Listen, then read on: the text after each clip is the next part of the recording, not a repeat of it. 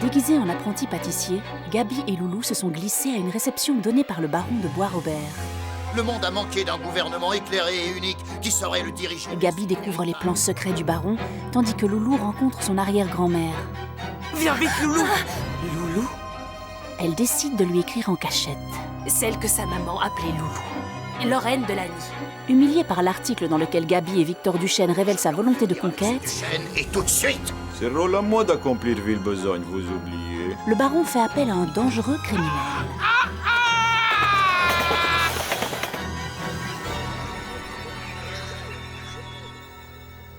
Excusez-moi, madame. Je voulais vous dire que votre lettre vient de partir. Merci, Maria. Ma chère Sophia, toi et ta petite Loulou, vous me manquez tellement.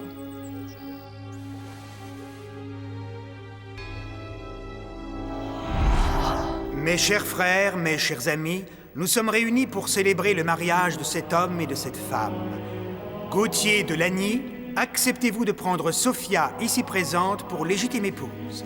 Êtes-vous prêt à l'aimer et à la chérir jusqu'à ce que la mort vous sépare? Oui. Sophia, maintenant c'est à votre tour. Acceptez-vous de prendre Gauthier, ici présent, pour légitime époux et de l'aimer et de le chérir jusqu'à ce que la mort vous sépare? Oui. Mes enfants, je vous déclare unis par les liens du mariage.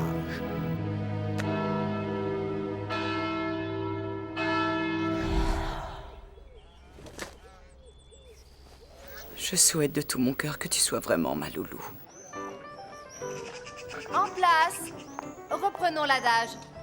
Étirez le menton et allongez le dos. Diagonale. Les pointes tendues, mesdemoiselles. Équilibre. Relevez et restez. Loulou, tu es encore en retard. Cours au vestiaire te changer. On fait une petite pause.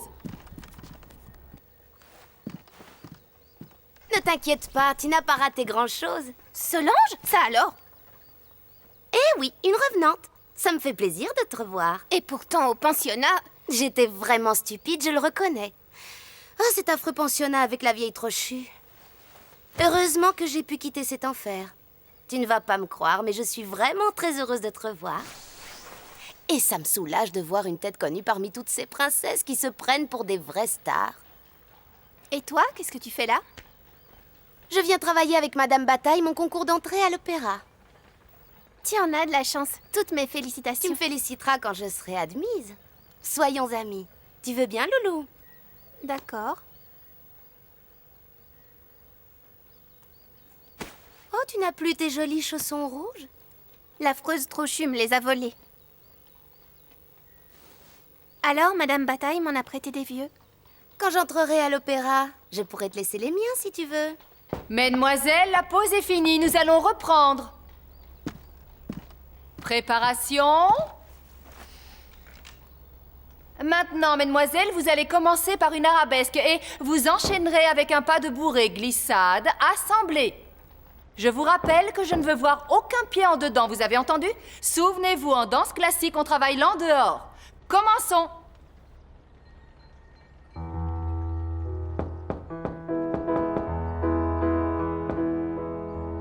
Quatrième, demi-plié, arabesque.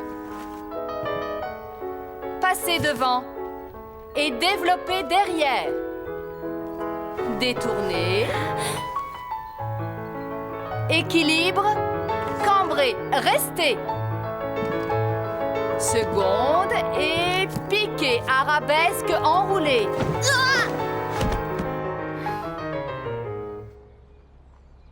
Ça devait arriver, Loulou. Tu ne te concentres pas assez. Avoir un don ne suffit pas. Ne t'inquiète pas, Loulou.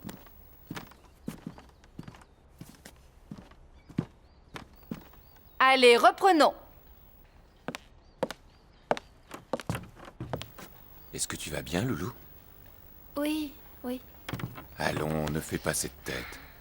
Ce sont des choses qui arrivent. Et n'oublie pas que j'ai un portrait à terminer, moi.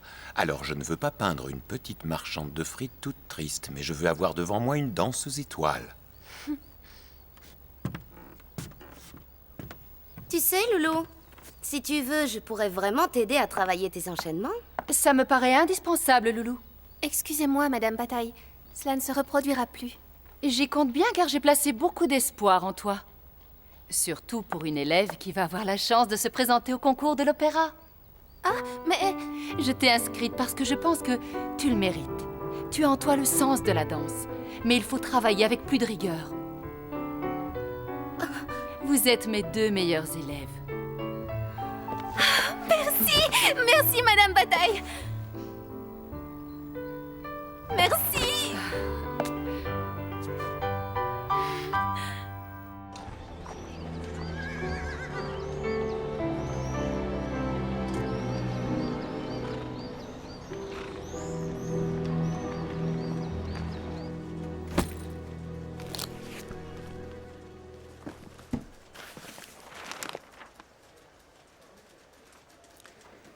J'ai là le code du coffre de Monsieur Victor Duchesne. Nous y trouverons son testament ainsi que ses dernières volontés.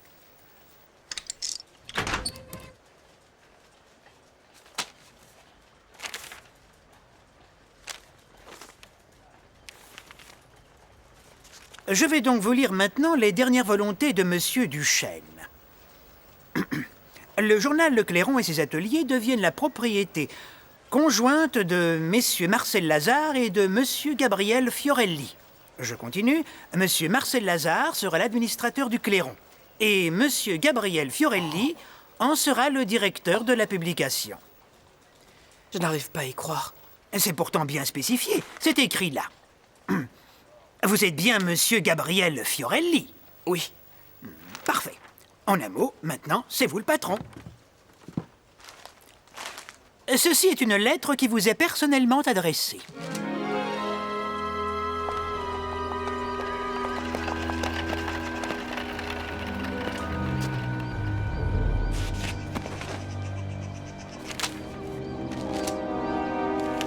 Mon cher Gabi, si tu lis cette lettre, ce sera la preuve que nos ennemis ne sont pas juste des plaisantins. Te voici capitaine du bateau. Ta mission, traquer l'injustice, déterrer la pourriture, mettre à jour la vérité. Je peux déjà te dire que la tâche sera lourde. Malgré toute l'affection que je te porte, j'espère ne pas avoir ta visite prématurée au paradis. Prends garde à toi, ton ami Victor Duchesne.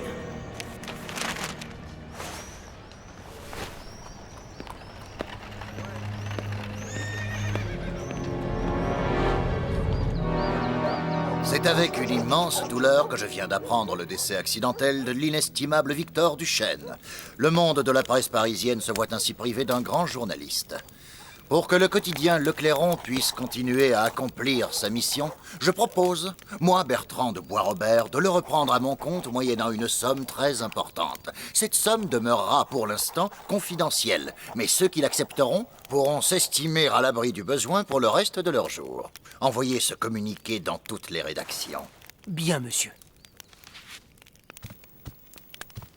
Qu'en pensez-vous, mon cher? Le meurtre de Duchesne tombe à pic pour vous offrir le contrôle de toute la presse parisienne. Quel meurtre! Ce pauvre Victor Duchesne a été victime d'un fort malheureux accident. J'ai toujours clamé qu'il fallait mettre des rambardes sur les quais du métropolitain. Vous vous méfiez de moi. Allons donc, mon bon ami. Qu'allez-vous imaginer là? J'ai juste un petit problème avec cette Lorraine de Lagny, une ressuscitée. J'attends de vous que vous tiriez cela au clair, et vite. Je vais faire de mon mieux.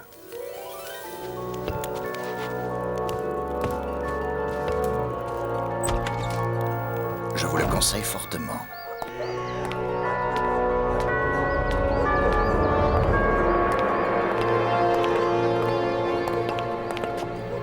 Loulou, où es-tu?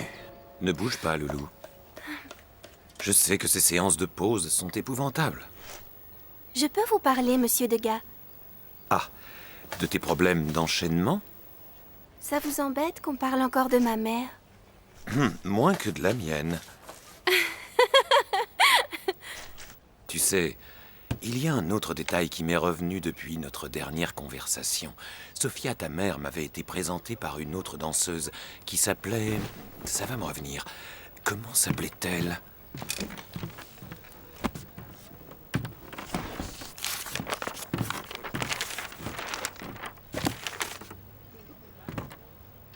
Sophia Et Fedora, oui, c'est ça. Elle s'appelait Fedora. Les deux dansaient au Moulin Rouge. Et cette Fedora, savez-vous où elle se trouve? Mon Dieu, ça doit faire 15 ans. Je ne l'ai jamais revue. Je n'ai aucune idée de l'endroit où elle pourrait bien être. Je sais seulement qu'elles étaient inséparables. Oh, il faut que je vous laisse. Les ribounets m'attendent. Je dois éplucher les patates pour le service du soir. Ah, les pauvres patates. Ah, ce serait dommage de faire attendre les patates. Pourquoi m'as-tu menti, Loulou? Tu sais ce que c'est? Cette lettre vient d'Éléonore de Lagny. Je l'ai reçue au journal, elle m'était personnellement adressée. Pourquoi tu ne m'as pas écouté? Hein? Tu le savais pourtant qu'il ne fallait pas prendre de risques. C'est vrai, Gabi. Excuse-moi, mais je voulais tellement savoir la vérité.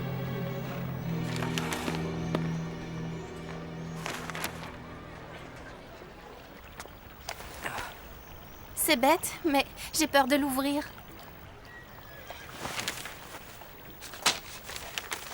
Peu importe quel est ton vrai nom, pour moi tu seras toujours ma petite Loulou.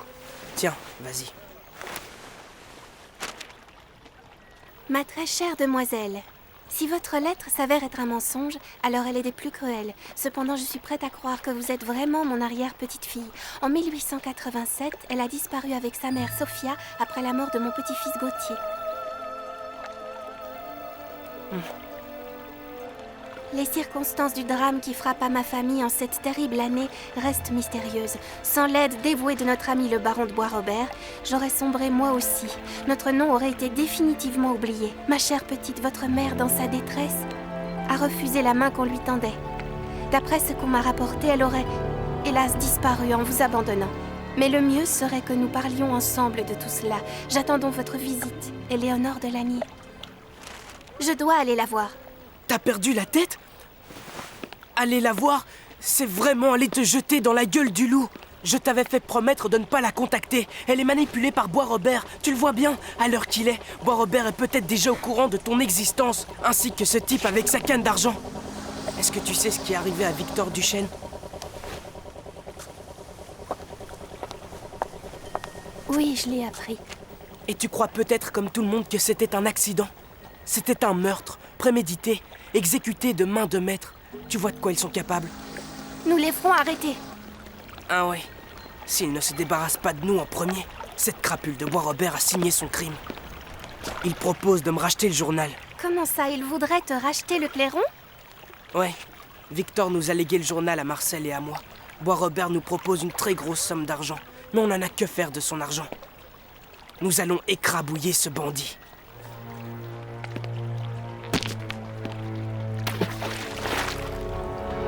Gabi, je t'en supplie, fais attention. Excuse-moi, mais ce Bois-Robert me dégoûte tellement. J'ai bien peur que maintenant, il ait découvert que nous sommes mêlés à tout ça. Nous devons tous les deux redoubler de prudence. Tu as raison, Gabi.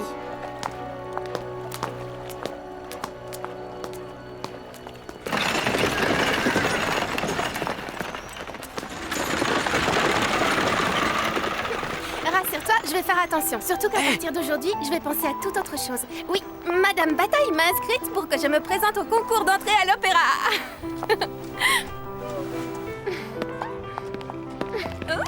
Mais c'est magnifique, Loulou. Tu dois faire tout ce qu'il faut pour réussir ce concours. Tu verras, un jour tout ira bien. Bois-Robert ne sera plus qu'un mauvais souvenir.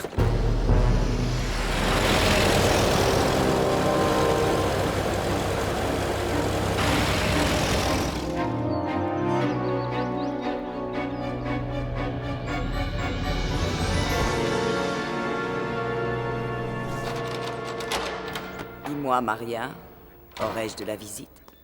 Maria? Est-ce qu'il y a quelqu'un?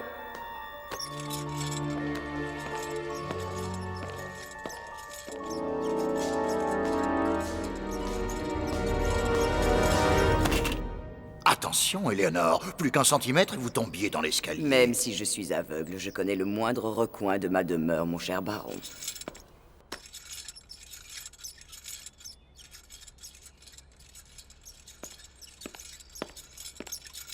Asseyez-vous près de moi, Bois-Robert. Avec plaisir, ma chère. Alors, quel est l'objet de votre visite? Ma chère Éléonore, disons que c'est très délicat. Voilà, c'est au sujet de votre testament. Voyez-vous, j'ai besoin de votre signature concernant la donation du château de Lagny à la Fondation des Monuments de France. Ceci, évidemment, après votre disparition, qui, je l'espère, et nous l'espérons tous, surviendra le plus tard possible. Je vous remercie de vos bons souhaits et de votre sollicitude à mon égard. Mais voyez-vous, avant de signer, j'aimerais avoir la certitude que je n'ai pas d'héritier. Un héritier? Qu'est-ce qui vous fait croire que vous pourriez en avoir? Rien de spécial, juste une impression. Oui, je préfère attendre avant de signer, oui. Je vous comprends parfaitement. Si vous avez un héritier, il est juste que ce soit lui qui bénéficie de vos biens. Vous avez peut-être des indices qui permettraient de lancer une recherche? Non, vous savez, les vieilles dames ont d'étranges idées quelquefois. Oh, soyez gentil, baron, je suis fatiguée. Peut-être pourrions-nous parler de cela une autre fois. Bien sûr, Éléonore. Nous en parlerons un autre jour.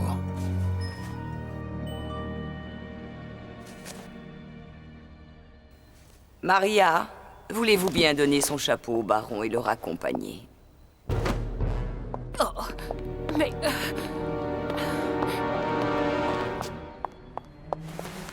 Maria, je suis sûr qu'il se passe quelque chose de louche ici. Oh, vous croyez, monsieur le baron? Je n'ai pas l'impression. La duchesse Éléonore est-elle en contact avec une jeune fille, par exemple? Oh, une jeune fille? Alors là, je ne vois pas du tout.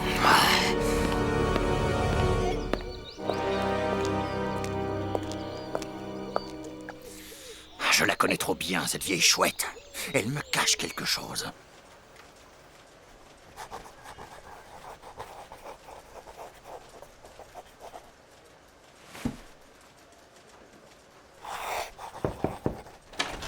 C'est prêt, patron? Arrête de m'appeler patron, Marcel. Oui, tout est prêt. Bois-Robert va nous faire une attaque. Ah, si tu pouvais dire vrai. C'est parti pour l'édition du matin.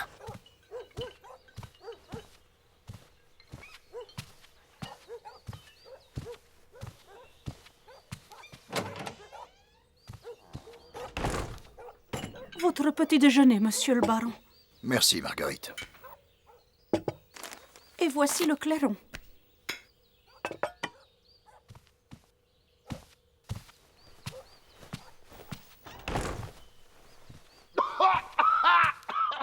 Marguerite!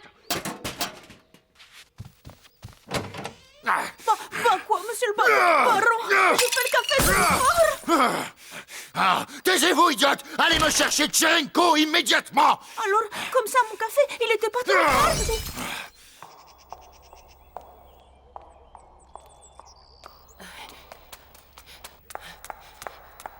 J'ai acheté le clairon comme vous me l'aviez demandé. Je suis curieuse de savoir ce qu'on y raconte. C'est par l'adresse de ce journal que mon arrière-petite-fille m'a demandé de correspondre. Ça alors, c'est incroyable. Ça concerne le baron de Bois-Robert. Encore des louanges, je suppose. Pas tout à fait, madame. Étonnant. Lisez donc, Maria. Bois-Robert le Poulpe a décidé de faire main basse sur la presse. Armé de son portefeuille bien garni, fruit de ses multiples combines, tel un poulpe affamé, il a essayé de racheter le seul journal encore libre de Paris, profitant ainsi du décès soi-disant accidentel de l'ancien propriétaire, le journaliste Victor Duchesne. Le baron de Bois-Robert est bien connu pour s'approprier le bien d'autrui. Ainsi, se cachant derrière la respectable association la Fondation des Monuments de France, il s'empare des châteaux les plus prestigieux du pays. Je commence à comprendre le sens des questions du baron. Maria, faites préparer ma voiture, je souhaiterais me rendre à Paris.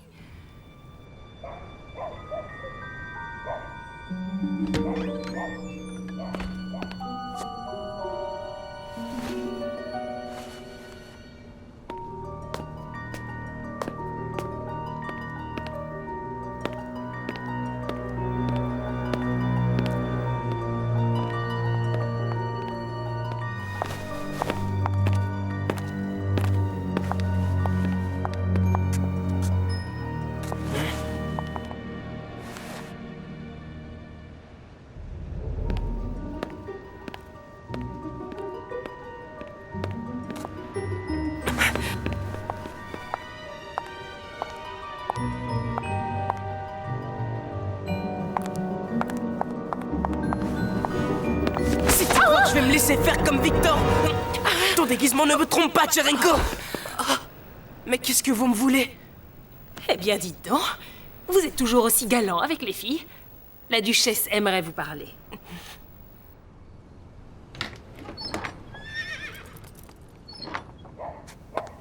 Montez, je vous en prie. Soyez le bienvenu, mon cher monsieur. Nous avons beaucoup de choses à nous raconter et peut-être, hélas, trop peu de temps pour le faire.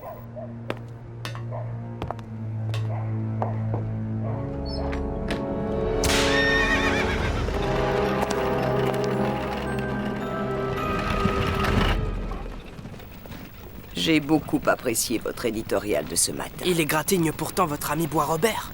Est-il mon ami? Parlez-moi plutôt de Loulou. Je ne connais personne de ce nom. Oh, c'est tout à votre honneur de vouloir la protéger. Mais croyez-moi, je ne lui souhaite que du bien. Je suis son arrière-grand-mère. J'ai lu votre lettre.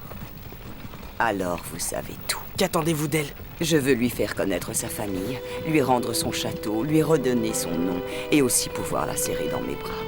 Aidez-moi.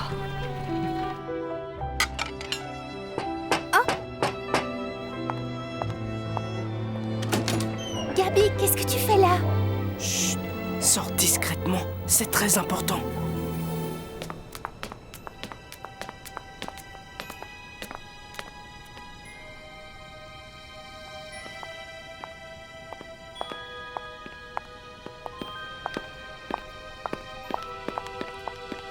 Où sommes-nous, Gabi?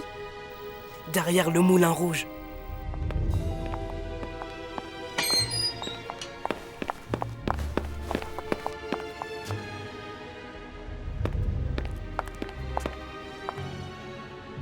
Vas-y, je reste là.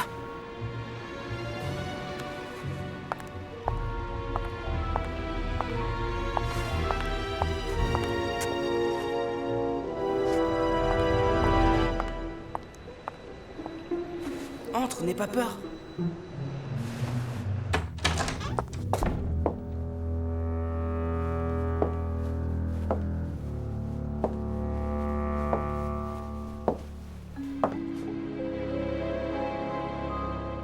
Vous vous demandez pourquoi je vous ai donné rendez-vous dans ce lieu, mon enfant? Je vous en prie, asseyez-vous.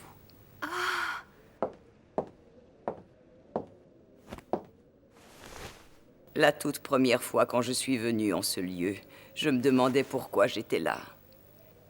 Mon petit-fils Gauthier amoureux d'une danseuse, un scandale dans la famille, et pourtant je suis venue la voir. Elle est arrivée au bras de Gauthier, toute tremblante, une simple danseuse de French Cancan, et moi, la duchesse de Lagny.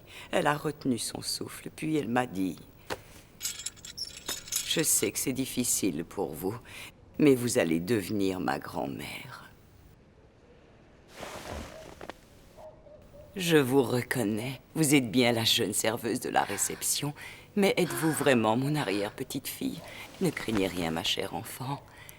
J'aimerais vous poser quelques questions. Comment avez-vous pu imaginer que je pouvais être votre arrière-grand-mère? Je n'étais encore qu'un bébé quand j'ai été abandonnée et laissée au bon soin d'un prêtre. Le père Ménard. Avant de disparaître, ma mère lui a remis un paquet. Quelque temps avant sa mort, le prêtre m'a confié ce paquet. Il contenait des chaussons de danse, des chaussons rouges, sur lesquels était brodé un cygne. Loulou. Oh, merci, mon Dieu, c'est bien toi. Comment pouvez-vous en être certaine? Il y a une chose que tu ne pouvais pas savoir. Ces chaussons de danse, c'est moi qui les avais offerts à Sophia. Et j'y avais de mes mains brodé ces signes.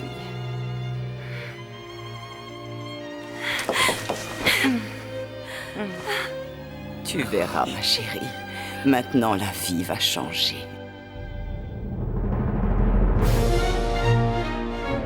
Retrouvez-la et faites-la disparaître. À vos ordres, monsieur le baron. Je vous tuerai. Le facteur avait-il des yeux bleus très pâles? Ben ça, comment t'as deviné? Oh, couchez-vous, vite! Tu te présenteras au concours des petits rats de l'opéra, que tu le veuilles ou non.